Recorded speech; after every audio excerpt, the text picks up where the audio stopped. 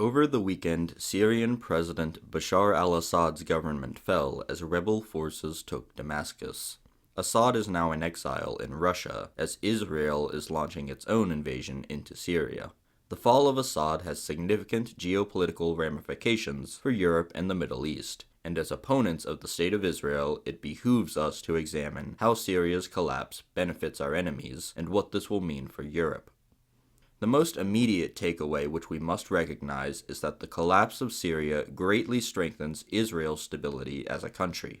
Bashar al-Assad was a bulwark against Israel and a crucial ally of Iran. Iran was previously able to arm Hezbollah by sending resources through Iraq, into Syria, then into Lebanon.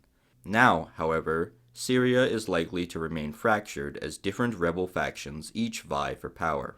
Assad, who was an anchor for Syrian opponents of Israel to rally around, is gone, and it is likely that the IDF and Mossad will tip the scale in favor of whatever factions benefit Tel Aviv's interests. All of this will hurt Hezbollah and Hamas, who have taken decisive L's against Israel in the past months.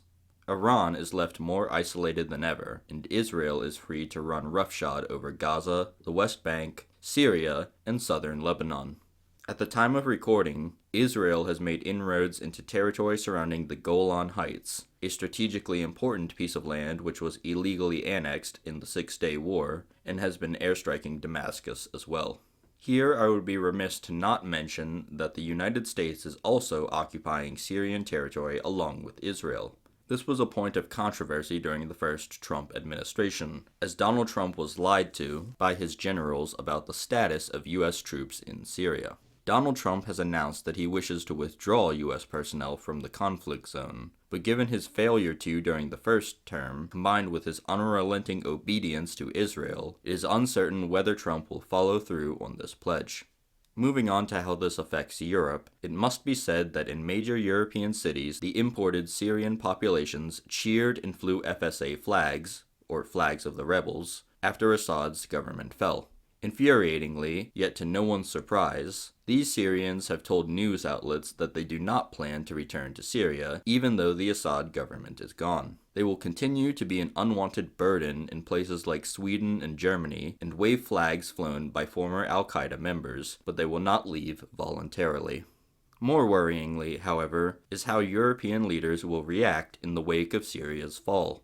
Frankly, I am extremely concerned about figures like Olaf Scholz attempting to import even more, quote, enrichment in the coming months.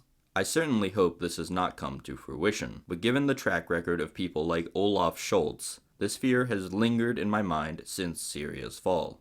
When I took to Twitter to express this worry, I was disappointed to see several of our guys counter-signaling me for being worried about this. I hope that I am wrong and that European leaders do not usher in another wave of Syrians, but only time shall tell.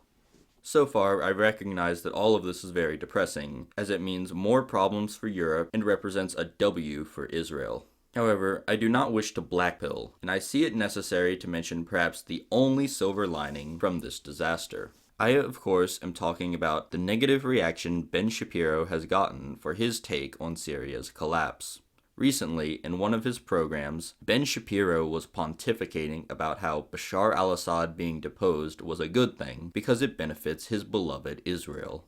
His mistake, however, was admitting that Assad was the guarantor of safety for Syrian Christians, and that with him gone, their lives were increasingly in jeopardy. Shapiro foolishly said this to his predominantly Shabbos Goy audience before he gloated about how this benefits Israel. In an unexpected yet welcome turn of events, even members of his own brain-dead audience questioned his take. Adding insult to injury was the fact that his own controlled opposition commentators, like Michael Knowles, counter-signaled him publicly on Twitter. Of course, this does not change the geopolitical fallout from Syria's collapse, but it is worth noting, because any time something causes a headache for Ben Shapiro, I can't help but smile and hope that it gets worse for him. In conclusion, the fall of Assad is a negative development in geopolitics, as it benefits Israel and might lead to more migrants flooding Europe. Our best course of action is to use the Syrians' reluctance to leave Europe as a talking point. Moreover, we should also draw as much attention to Israel's invasion of its neighbors as possible.